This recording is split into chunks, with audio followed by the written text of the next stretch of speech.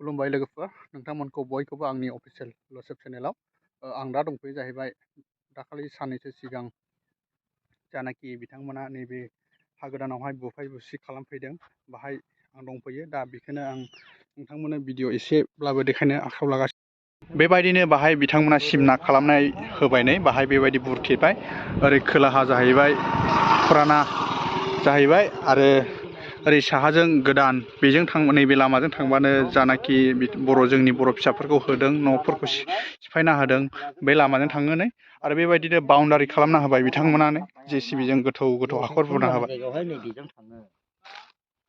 बेबायदिनो ओरैनिफ्राय बुरथेबोनाय जादों नै बैनिफ्राय आरो बेबायदिनो ओरैहाय सिमना होथेनाय जाबाय दा बेनो नै बेजोंनो थाङो ओरैनो नै बिनिफ्रायनो जालांबाय जानाखि हा गोदान बेनिफ्रायनो जालांबाय आरो बे ससे 1 किल'मिटार थांबानो बे जानाखि जोंनि बर' फिसाफोरखौ होदों बेखौ मोनहैगोन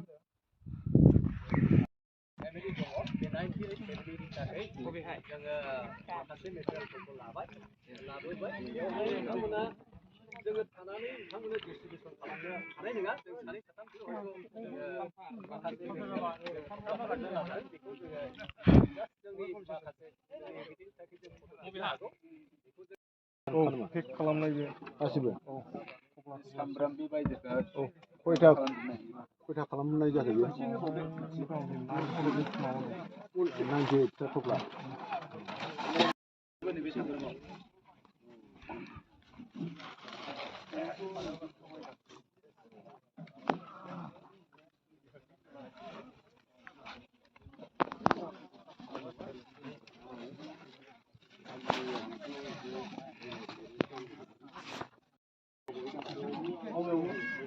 मोजां माबा प्लान लादों बिराद मोजां मा दैना ल'नांसिगौ जाहैबाय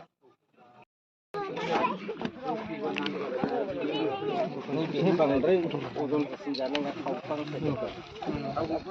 आलदा आलदा दोनजोबखादो नैबेमोन नं 2 खालबारि बर' बेप्टिस्ट चार्च बिथांमोना गायसनदोंमोन जाहैबाय 2017आवनो गायसनदोंमोन गायसनदोंमायनि फेल'शिप बायदि खालामदोंमोन दा बिथांमोना फैनानै नैबे 2021आव बिथांमोना फोथारदोंमोन नैबे बर' बेप्टिस्ट चार्चखौहाय नैबेनोमोन नै गिर्जा न'फ्रा गासैबो सिलिंखार खालामजोब्बाय नै सिफायजोब्बाय नैबे आदैनावहाय आं फंनैसो जानाखि जोंनि बर' फिसाफोरखौ साननैसो सिगां नैबेफोरबायदि न' बां सिफायनायनि बागै आदैया मा फंनैसो फोरमायनो सानो माने जोङो बेवहाय बिनि जानानै आङो बुंबाय बेवहाय जोङो थाफैनाय बेलाया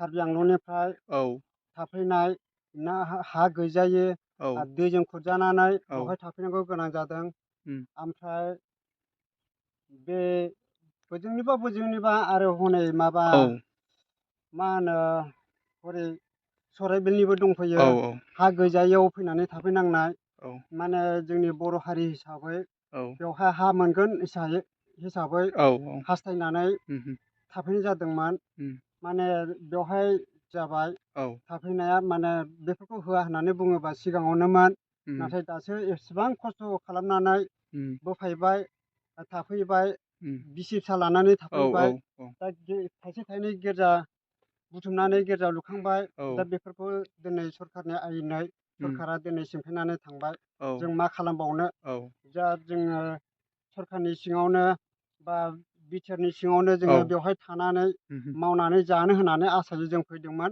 आं बेखिनिखौनो बुंनानै थाथ'बाय गोजोननाय थाबाय आदैनिसिम बेनोमोन नै लोगोफोर हागोदाना दाखालि जानाखि सिफायफैदोंमोन न' बां बुफायफैदोंमोन गिर्जा न'फोरखौ सिफायफैदोंमोन नैबेयाव एसे आलु दंमोन नैबेनि आलुखौबो जेसिबिजों बुरनानै लांदों होननानै मिथिनाय जादों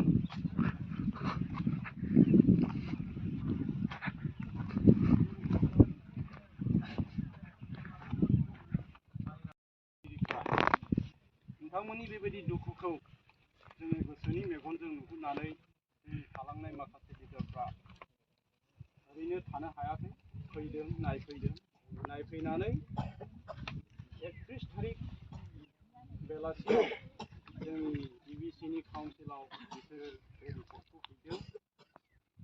हैनाय लोगो लोगो DBCआबो बेबायदि गोबां दुखु खालामदों मिथिनानै। ओमफ्राय दुखु खालामनायनि गेजेरजों जोङो एसेब्लाबो बे गोजांनाय बोथोराव न' गैया, गथ' गथाय थानो उन्दुनो बेबायदि गोबां सिन्था धाराखौ लानानै मण्डलिफोरनि जानानै DBCनिफ्राय DBSनिफ्राय फैनानै बेबायदि प्लास्टिक ओमफ्राय सि गुदुं बेखौ दाखालि होफैनाय जाबाय। आं निजेनो बेयाव दङमोन।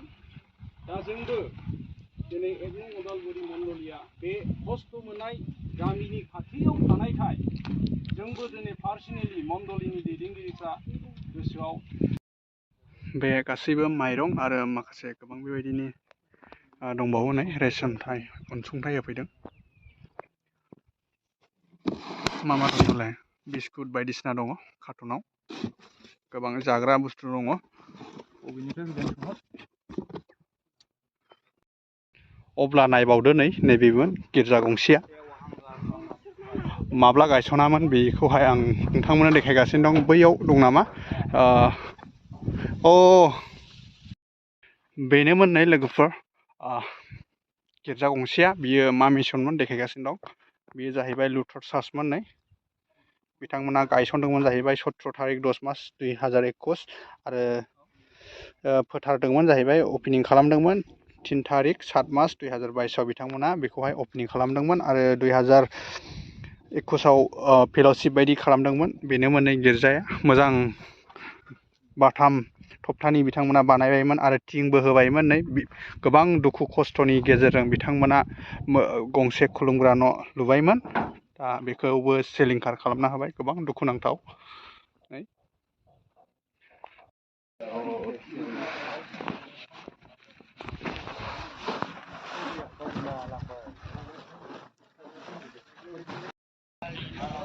दाब दाब जायगानिफ्राय बिथांमोना गोजान हान्थिनानै नैबे दुखु हादान सिफायनायाव फैदों। मटर राइडार्सफोर उदालगुरिनि फैदों, क'क्राझारनि दं, गोजान गोजान जायगानि बिथांमोना 11 जन सफैदों होनना मिथिदों। दा बिथांमोनखौ जिरायहैनो खावलायनाय थाबाय।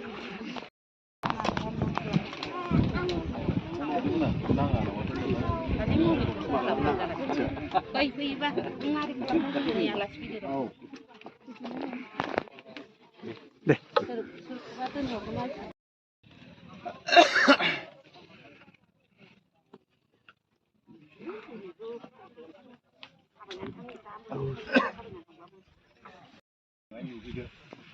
जोङो गासिबो जोंबो नायबिजिरनानै गावबा गाव रायज्लायलायबाय। जोंनि माखासेया फैनो हायाखै दिनै। जिखिनि फैदों दा बेयाव दंजोबो। जोंखौ बर' हर्ड होननानै मिथियो। जोंना मटर साइकेल सालायग्रा क्लाब दं आरो ज' बिदिनो जों हान्थिबाय थायो, जायगा नायो, जायगा बेरायो। दा दिनै बायदियाव जिमान जायगा नायहैबाबो जोङो जोंनि जायगायाव नै बेबायदि नुफैनांगौ जाबाय नालाय। दिनै जोंनि आदामोना फैदों। आदामोना फंनैसो बुंगोन। ससियेल मिडियाफ्राव बिदि जाथाय जानायखौ जोंबो दुखु मोनदों। बेखायनो जों दाख्लैनिफ्राय रायज्लायबाय थादों माबोरै जों हेल्प खालामनो हायो जोंनि बे मानसिफोरखौ। बेखायनो जोङो साननै सिगाङाव जों जों बेयाव फैगोन होननानै, ओमफ्राय बिदिनो जों कालेक्सन खालामबाय। जोंनि क्लाबनिल' होआखै, बहुद बेलेग मानसिफ्राबो होदों। सोरबा साख्रियाल, सोरबा बिजनेस। क्लाबनिल' मानसि होआखै आरो बेलेग मानसिफ्राबो होदों, बर' रायजो राजाफ्राबो। बेखायनो जोङो बे खायसे बुस्थुफोर लाबोदों जोंहा। बेखौ खिन्थानाय होनोसै जों एसे। जोङो ब्लेंकेट जोङो 61 पिसेस लाबोदों। ओमफ्राय गथ'फोरनि मुजा जों खोनादों गुसु मोनदों होननानै। ओंखायनो जोङो चिल्ड्रेन सक्स बयस 11 पेयार्स, ओमफ्राय चिल्ड्रेन सक्स फर गार्ल्स जों 9 पेयार्स लाबोदों। ओमफ्राय गिदिरफ्राबो गाननो हागोन। आडाल्टफोरनि मुजा लाबोदों 60 पेयार्स। ओमफ्राय जों सयाबिन लाबोदों जोङो 20 केजि। ओमफ्राय बुट साना जों लाबोदों 60 केजि। ओमफ्राय सिरा लाबोदों जों 30 केजि। मुरि लाबोदों जोङो 20 kg ओमफ्राय आइजोफोरनिबो sanitary napkins लाबोदों जोङो बे नाम्बारखौ बेसेबां दङ जों मिथिला दा जिखुनु जों बारा बुंनो नागिराखै जोङो सिगाङावबो जों बिदिनो हेल्प खालामबाय थायो जोङो सिगां बे सिगांनि मंगलियावबो दैसा दै माबानायाव दैबाना फैनायाव न' बायनायफोरखौ जोंबो बिदिनो अनसुंथाइ होफैदों दा बिदिनो जों बारा गोदो खालामाखै जों जिखिनि हायो जों बेखौल' होफैदों आरो दा जोंहा प्रेसिडेन्टबो दं प्रेसिडेन्टआ एसे बुंखावनो होदो बयनि थाखाय जासिहरो दा जोंहा 30 जानुवारियाव जिथु जाथाय जानानै थांदों बिनि थाखाय जोबोद दुखु मोनो गोसोनिफ्राय दा खोनानायलाय ससियेल मिडियाफ्राव खोनानायलाय जों बयबो खोनानो मोनबाय दा जों जायगासिम जाथाय जानाय जायगासिम फैनानै जों नुफैबायबो दायो दिनै थारैनो नंगौ जानायफ्राथ' एसे नुनानै एसे जोबोद बोरैबा मोनदों गोसो गोरबोनिफ्राय जेबो माने फोरमायनो हास'वा बे जाथायखौ नुनानै दा बे जाथायाव जानायलाय जि एसे एनै जों अनसुंथाइ होनो हायो जोंहा चिफआ रोखायैनो बुंलांबाय दा बेखिनिखौ जों दिनै जि एसे हायो रायजोफोरनिसिम बेखिनिखौ होफैनो थाखाय जों आखायाव लानाय जादों दा स' आंनिफ्रायथ' आं बारा बुंनो जेबो गैला एथ'ग्राब बिदि गैला दा थारैनो माने फैगोन गाबोनफ्राव गासिबो सिटुवेसनफ्रा मोजाङै मोजां जालांथों होननानै आं इसोरनिसिमबो आर'ज गाबो गासिबो गावजों गावनो माथोआरि एथ'ग्राब एना एनि माखासे जाथायफ्रा जालाङो जेराव जों गनायस'नो हाया बुजिस' हाया सम मोनसे बेखौनो जों बयबो खौसे जानानै जि मोजां सलिउसन लाबोनो हायो बेखौनो जों लुबैहरो आरो सोरजिगिरिनिसिमबो बेनो आर'ज मोनसे सलिउसन थाबैनो जाथोंसै होननानै गोजोननाय बावबाय बयनिसिम फैनायनि जुनै नोंथांमोनहा एसे गोजाननिफ्राय उदालगुरिनिफ्राय क'क्राझारनिफ्राय माखासे खौसे ज' मोनसे बाक्सानिफ्रायबो फैनानै जे जोंखौ चिरांनिफ्रायबो बे जोंखौ बर' हारि हिसाबै आलाय सिलाय जानानै थानाय सुबुंफोरखौ जे गावनि जाथिखौ अननायजों बहुद दुखु खस्थ' खालामनानै फैनायनि थाखाय जोङो नोंथांमोनखौ जोंनि गामि दरथामनि नैबे जे दुखु सैनांब्लाबो जों नोंथांमोनखौ गोसो गोरबोजों गोजोननाय जासिदों आरो नोंथांमोननि बे अननानै अनसुंथाइ होफैनाय जोङो गोसो गोजोनै जोङो नाजावनानै लादों आरो नोंथांमोनहा बेबायदिनो जाथिनि थाखाय बा हारिनि थाखाय माबा मोनसे जिखि अबस्था जिखि हालोदावनो जाया मानो मोजां नोंसिनोबो इसोरा बोर होथों बेबायदि मदद हेफाजाब होनो हानायनि नोंथांमोननि जार्निफ्रावबो जेन' मोजां इसोरनि आशीर्बादजों जेन' न'खरफ्राव जार्नि खालामनायफ्राव जेन' गेदेर बोरा थायो आं बे हिसाबै आं नोंथांमोन बयखौबो आंनि गोसो तरफनिफ्राय आङो खुलुमनाय आङो जासिबाय जानाखि बिथांमोना अनसुंथाइ लाबोदों बेखौहाय हानसिगोन बैयाव दायो लांना दोनखादो बे जायगायाव साद्रिया आदा मनसो जासिगोन लामानो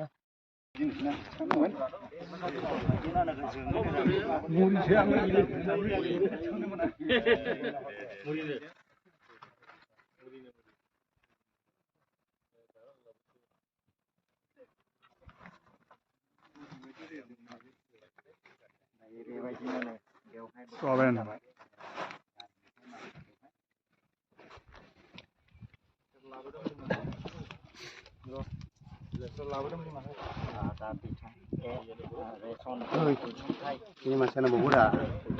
मानसिनिखौ बोरा मोनसे फिल्मनि हिर' डिस्ट्रिक्ट मोनब्रै चिरां क'क्राझार चिरां क'क्राझार आरो बाक्सा दा बे मोनब्रै जायगानि जोंनि बिदा फंबाय जे राइडार्स ग्रुपआ गावसिनि थानायनिफ्राय जे अनसुंथाइ होफैनाय जादों बिथांमोना बेल' नङा गांबो हरदों गांबो दैबाना जानाया मानो गोग्लैनाय गासै सुबुंफोरखौ जों नुगासिनो दङ। दा बिथांमोना दिनैनिफ्राय बेल' नङा गोबां माने जोंनि बर' जाथिनि जेनाखि दुखु सैनांना थानाय जिखि जायगायाव जाया मानो बिथांमोना बेबायदिनो गावसिनि धोरोमनिफ्राय हागौमानि खबर लानानै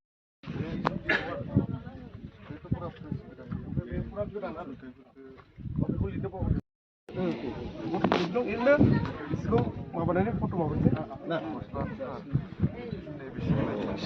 रायजोफ्राबो खिथुन थानो हागौमोन दा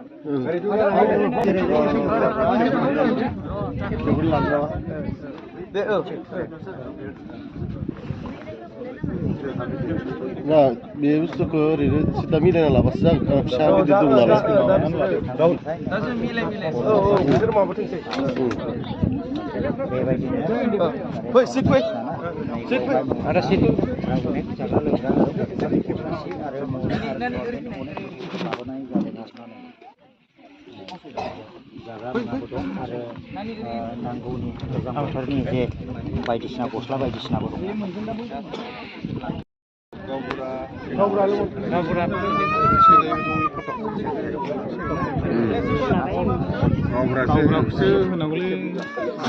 गावब्राया फैब्रा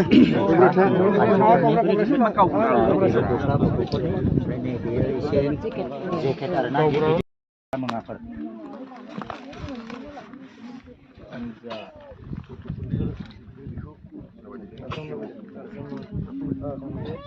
एकदम उन्दै गथ'फोरनिबो दं आरोना दोनहरनो होननानै मोनबोखानो जाबाय दा गथ'फ्रा फैजोबलाय गथ'फ्रा फैजोबलाय गथ'फ्रा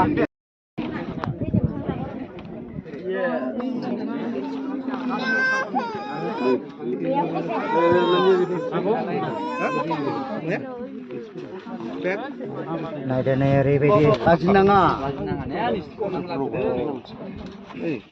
मालाय हारसाफ्रा माबायदि सेलायलायो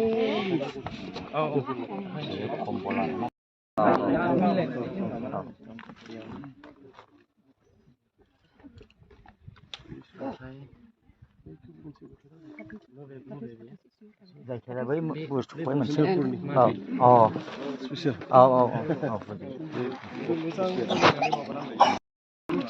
गावसोर मिथिखायो मेडाम नै बे जाहैबाय हिनजावफोरनि मेन नांगौ दा बेबायदिबो केपासिटि अननानै लाबोना होफैनाय जादों जोंनि राजास ग्रुपनिफ्राय दा जोबोद मोजां बाख्नायथाव